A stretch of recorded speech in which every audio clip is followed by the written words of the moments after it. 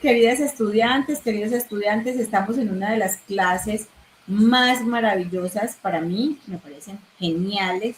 Hablar sobre este tema es un regalo. Yo me emociono muchísimo cuando estoy hablando de heridas emocionales y especialmente de la raíz de las heridas emocionales. Así que sé que va a ser un espacio, un momento que vamos a disfrutar todos. Eh, y por supuesto quiero darles la bienvenida a esta nueva clase. Me alegra muchísimo poder conectar con cada una de ustedes a través de nuestra comunidad también en WhatsApp, a través de nuestras clases en vivo. Y hoy, pues vamos a adentrarnos en un tema que tiene el poder así, de transformar radicalmente cómo nos entendemos a nosotros mismos y cómo nos relacionamos con los demás. Para mí es un poder inmenso, poder impresionante, ¿sí? Así que quiero abrir esta sesión con una frase poderosa de la doctora Selpa, autora del libro Amor Renovado, que vamos a estar teniendo también como guía en este módulo, donde esa frase nos dice que a menos que sanemos la raíz, nuestros frutos seguirán siendo amargos. Así que familia, mire, a lo largo de nuestra vida, mis queridos estudiantes, y especialmente en nuestro ejercicio de autoconocimiento, descubrimos que muchas de nuestras dificultades emocionales o de conducta no nacen de lo que nos está pasando hoy. Nacen de heridas profundas que siguen activas en nuestra memoria psicológica y neurobiológica. Son experiencias tempranas, fueron esos vínculos dañados o traumas que si no procesamos se convierten en raíces invisibles que controlan nuestras decisiones en todos los aspectos, en todas las áreas. Así que aquí quiero darles un dato fascinante desde los estudios de neurociencia. Nuestras heridas emocionales no son solo recuerdos, tienen una huella física también en nuestro cuerpo. Así que se ha demostrado que cuando nosotros sentimos rechazo, cuando sentimos abandono, nuestro cerebro activa esas mismas zonas asociadas al dolor físico que están en el córtex cingulado anterior y en la ínsula.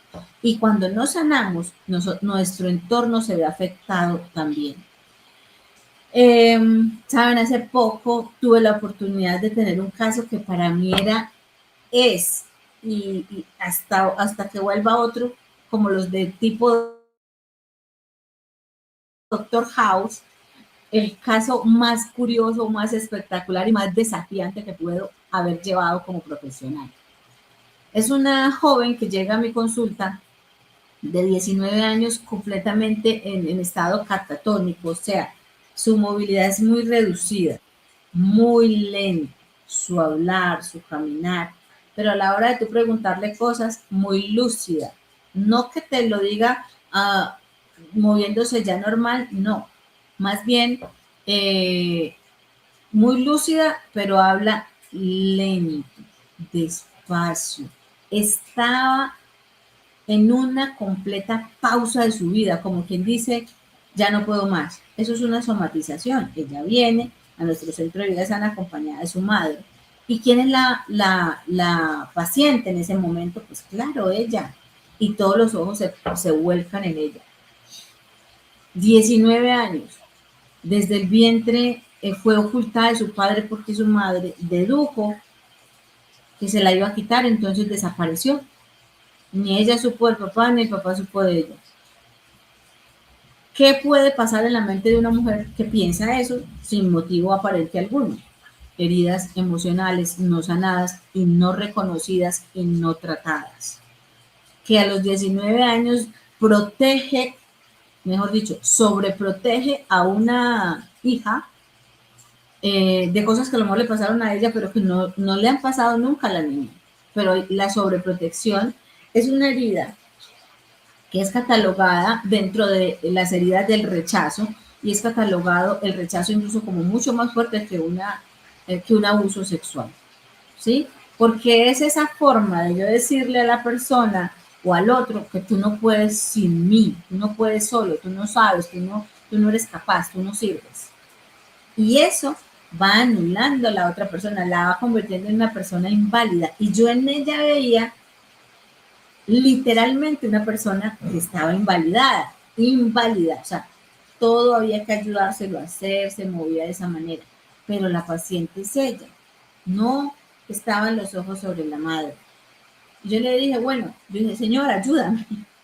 Fue un caso muy desafiante. Muéstrame la evidencia de la patología en cuanto a la conducta materna. En clase vamos a analizar otro caso que también es muy espectacular, así que no se lo pierdan. Sí, continúo con la historia.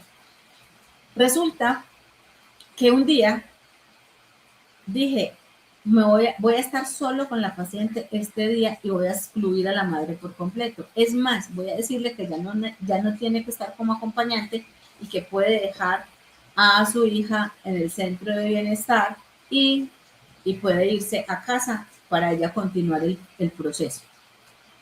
Pues ese fue el acabose, el show, la forma de demostrar el síntoma, cómo ella le sostenía el síntoma o la conducta a la niña y cómo la niña de pronto inconscientemente somatizó y dijo, necesito huir de esto, ya tengo 19 años, ¿cómo hago que mi mamá no sufra o cómo justifico que ella me quedo con ella para hacerla sentir útil sin que haya otra medida o no tengo otra medida de hacerlo, ¿sí? Total, que al siguiente día que se le dice que se debe retirar y se consulta con el resto de la familia y se comenta el caso y ellos le dicen que sí, que efectivamente se tiene que ir, ella entra en shock. Se empieza a coger el cabello y empieza a decir, no, es que yo no puedo dejar a mi hija, perdón, a mi hija aquí, yo no la puedo dejar sola, es que ella es mía.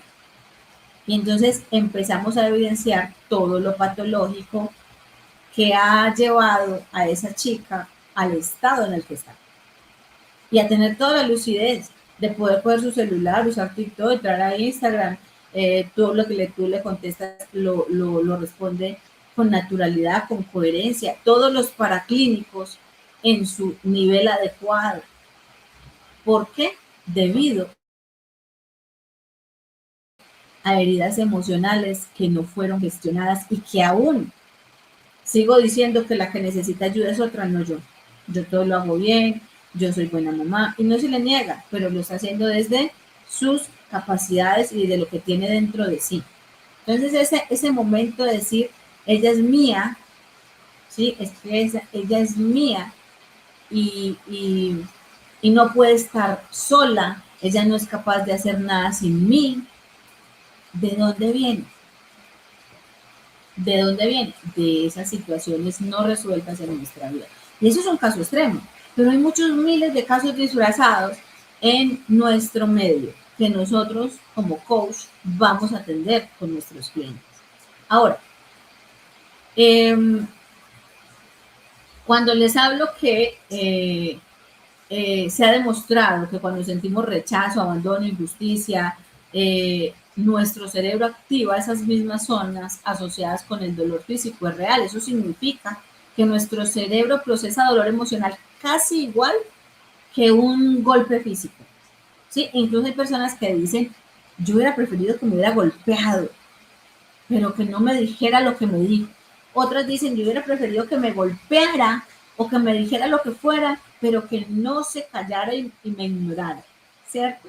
Entonces, miren qué tan interesante esto. Cuando estas experiencias no sanan, nuestro sistema nervioso se queda en hipervigilancia, filtrando la realidad a través de esa herida. Por ejemplo, si tienes una herida de rechazo no sanada, podrías interpretar una simple sugerencia de tu pareja, de tu jefe, de tu profesor, como un ataque personal directo, de tu compañero de trabajo, de iglesia. Así que nuestro objetivo hoy, desde este espacio de coaching, no es hacer terapia clínica, sino acompañarlos a encender la luz de la autoconciencia para que puedan construir una nueva narrativa de vida. Esas nuevas narrativas creo que ha sido reiterativo porque esto es un poder grandísimo. Yo sé que ustedes ya lo han experimentado, lo han vivido, se han sorprendido cómo desde una nueva narrativa puedo cambiar mi presente y mi futuro. Tenemos muchas máscaras emocionales que a lo largo de la vida nos vamos instalando, ¿sí? Nos vamos instalando para protegernos de ese dolor original. Los seres humanos desarrollamos mecanismos de defensa que le vamos a llamar máscaras emocionales. Y quiero que escuchen esto, con mucha compasión hacia ustedes mismas. Estas máscaras no son señales de debilidad, para nada. Más bien son estrategias de supervivencia que en algún momento nos ayudaron a adaptarnos y a sobrevivir emocionalmente. El problema es que cuando las mantenemos por años, se nos olvidó quitarnos las máscaras, no supimos cómo hacerlo, nos limitan, nos quitan autenticidad, destruyen esa intimidad emocional. Así que vamos a explorar las 5 heridas principales para hacerlo así breve en nuestra clase. Y mientras las describo, yo las invito a hacerse la siguiente pregunta internamente. ¿Cuál de estas resuena con mi historia hoy? ¿Listas? Entonces, vamos con esas 5 heridas fundamentales. Empezamos con la herida del rechazo, que es una herida que nace cuando sentimos, generalmente de niños, que nuestra esencia no fue aceptada por figuras importantes y genera una creencia muy paralizante. Algo está mal en mí. Entonces ahí yo me pongo la máscara de la evitación y el aislamiento. Entonces entendemos a esas personas que dicen, a mí me gusta estar sola, o que lo traen como cliente y dicen, es que ella o él se la pasan encerrados en su cuarto, no quieren interactuar con la gente, cuando llegan a una fiesta no quieren se sientan en un rincón. Sí, esa evitación, ese aislamiento es una máscara muy clásica de una herida del rechazo. Entonces, estudiando sus historias de vida, o en esa historia de vida de nuestro cliente, podemos ver que a lo mejor, por ejemplo, con la chica que les conté, ella era una niña. Si ella nunca vio a papá y no le hablaron y era prohibido hablar incluso del tema, ¿qué dedujo ella en una mente infantil? Que había algo mal en ella por la cual ese papá la pudo haber rechazado y no quiso estar con ella. Porque la mente le busca explicación de alguna manera a las cosas, ¿sí?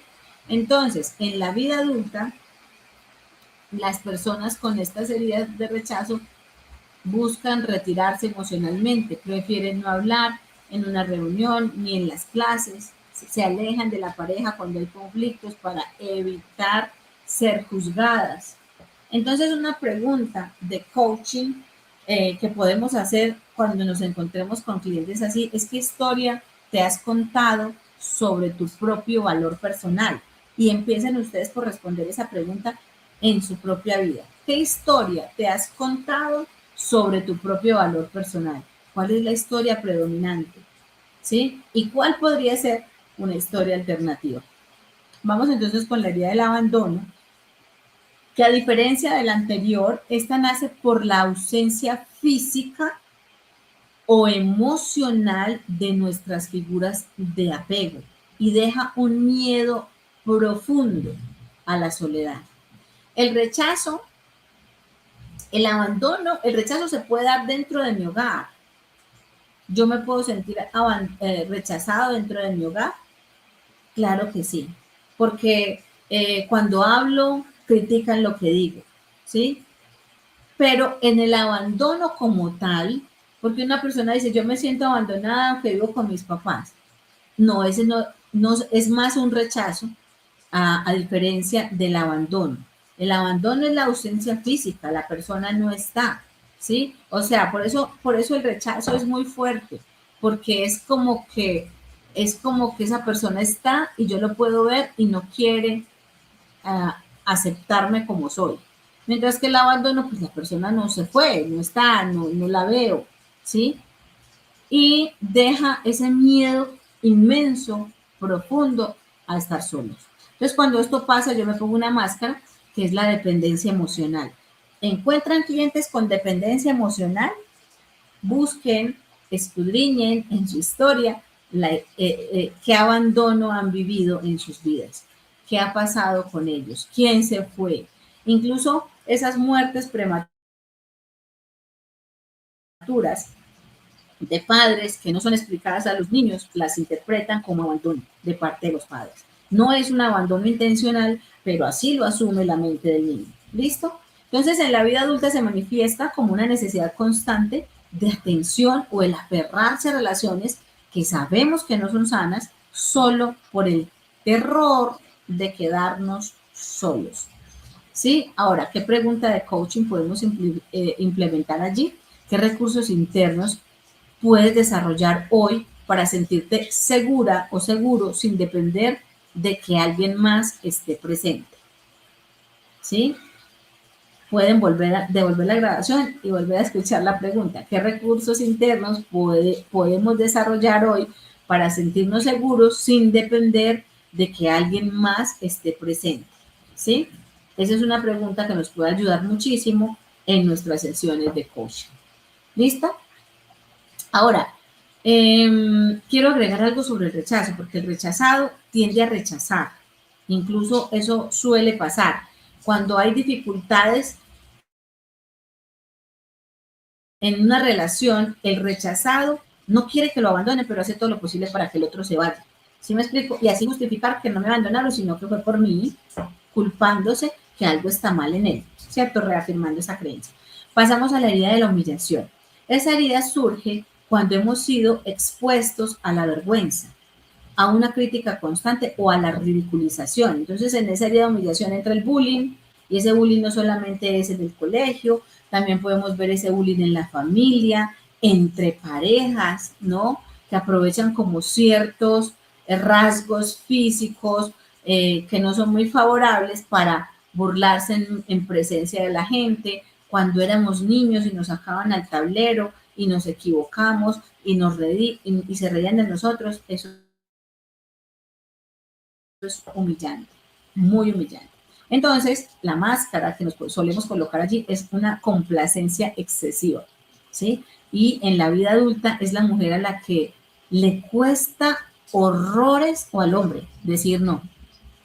Entonces, empezamos a sacrificarnos por todos, asumiendo cargas que no nos corresponden, porque en el fondo tememos ser juzgados si si no te priorizas. Entonces, si no te priorizan, entonces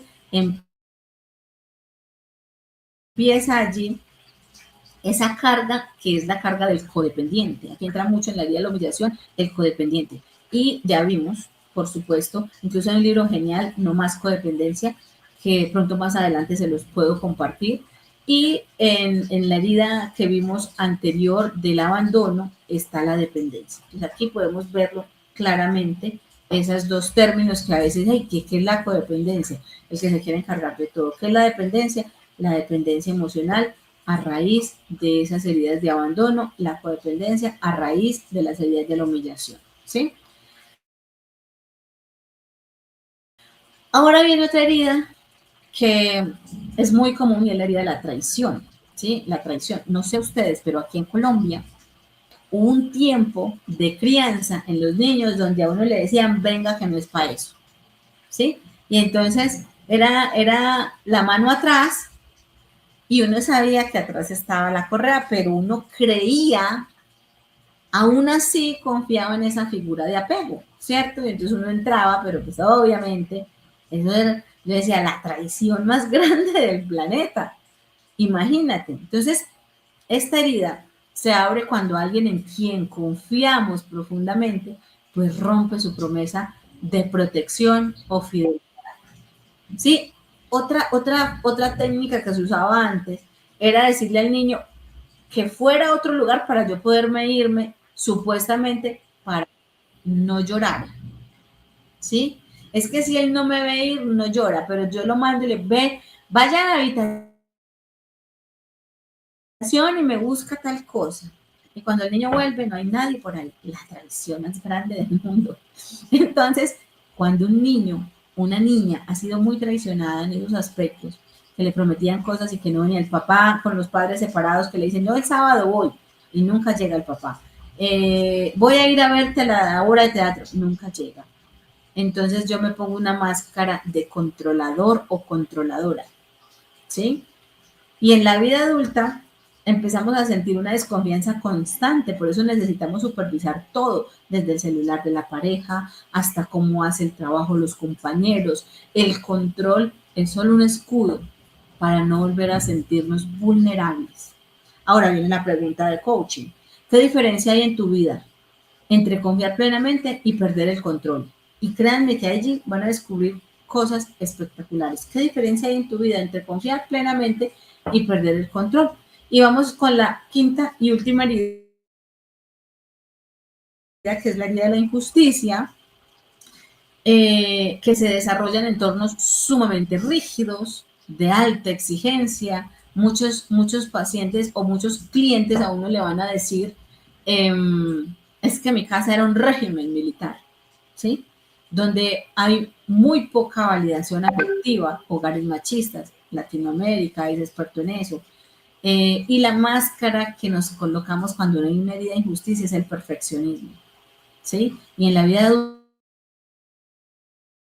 adulta aprendemos a reprimir las emociones que vienen reprimidas desde la infancia, porque eso fue lo que aprendimos, que no hay un entorno seguro. Entonces, por eso muchas parejas que tienen estas heridas que no han sanado, terminan viviendo como amigos.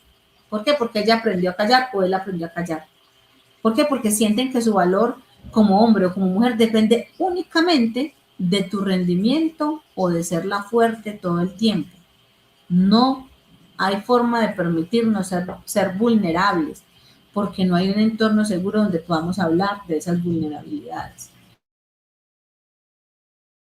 Entonces, una pregunta de coaching aquí podría ser, ¿cómo cambiaría tu vida si te permitieras ser humana en lugar de intentar ser extraterrestre o perfecta?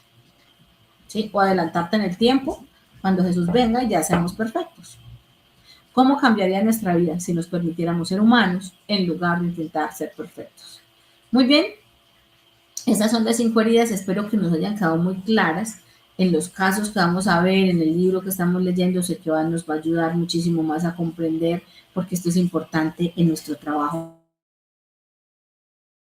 como coach, para ayudar a nuestros clientes a transformar sus realidades. Identificar esto puede ser doloroso para ellos, para nosotros, pero recuerden que nuestro propósito es que no estamos aquí para juzgar los pasados de nadie ni los nuestros, ¿sí?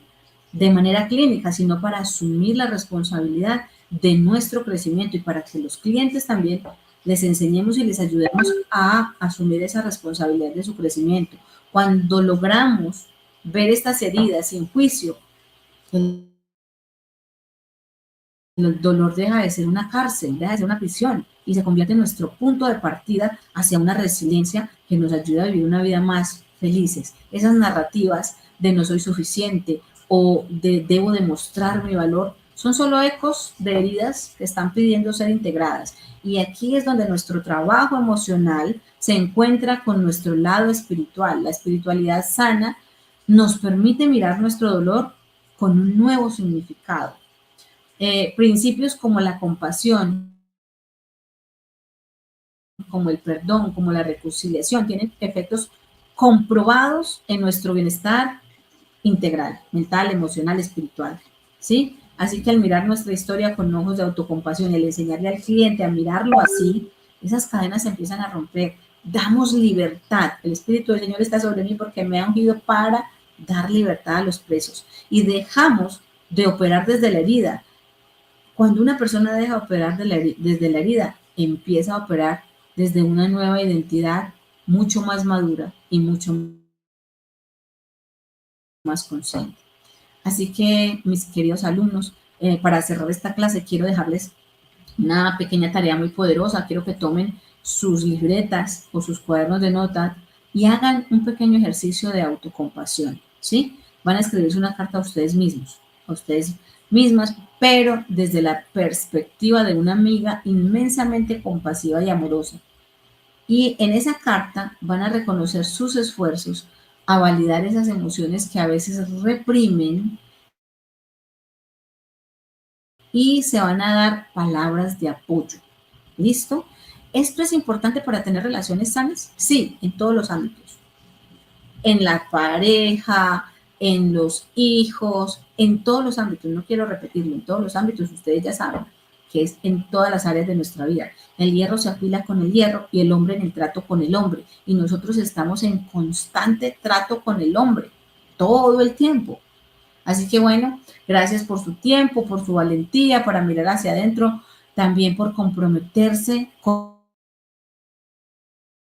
su propia sanación, porque si sanamos la raíz, les aseguro que el fruto será muy diferente, será maravilloso. Y bueno, desde aquí, desde Colombia, les abrazo profundamente a todas y nos seguimos acompañando en este lindo camino de crecimiento y de formación como coach de vida. Así que familia hermosa, un abrazo y que Dios nos siga guiando.